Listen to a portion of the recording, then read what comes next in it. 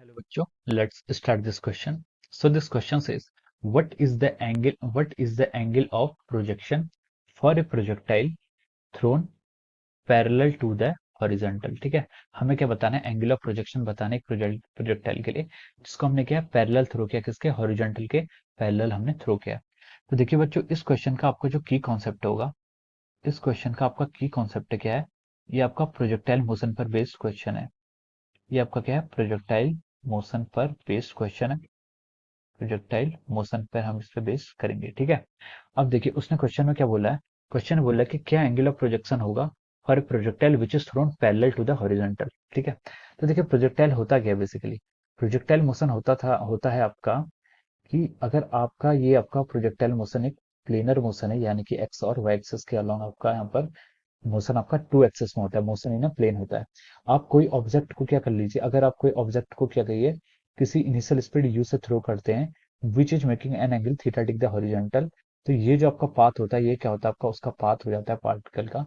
तो देखिए ये आपका मोशन प्रोजेक्टाइल मोशन होता है। Projectile motion is a motion in two dimensional place, two dimensional plane, in which only gravity is the only force which is acting on the projectile। जब कोई भी particle या फिर कोई भी बॉडी आपका सिर्फ ग्रेविटी के इफेक्ट का, under the effect of gravity alone, वो क्या करती है? प्रोजेक्ट करती है या फिर मोशन करती है, तो उसे हम क्या कहते हैं? प्रोजेक्टाइल मोशन कहते हैं, ठीक है।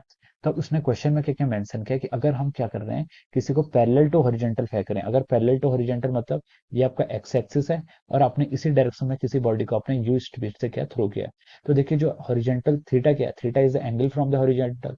तो अगर हम उसको पैरेलल ही फेंक देंगे तो उसके बीच में क्या एंगल होगा? तो वहां पर एक्स एक्सिस हॉरिजॉन्टल के साथ जो उसका एंगल होगा, वो कितना एंगल होगा? This angle is coming up to be zero. तो वो 0 डिग्री का एंगल होगा। तो उसने वही पूछा कि what will be the angle of projection. So the angle of projection for a body which is thrown parallel to the horizontal is 0 degree. So हम यहाँ लिख सकते हैं angle, angle would be zero. Angle कितना होगा आपका यहाँ पर? Angle would be zero. Angle would be zero. सीधे से आपका ये आंसर हो जाएगा, ठीक है। So this is the answer of this question. I hope you all understood this concept. All the very best and thank you.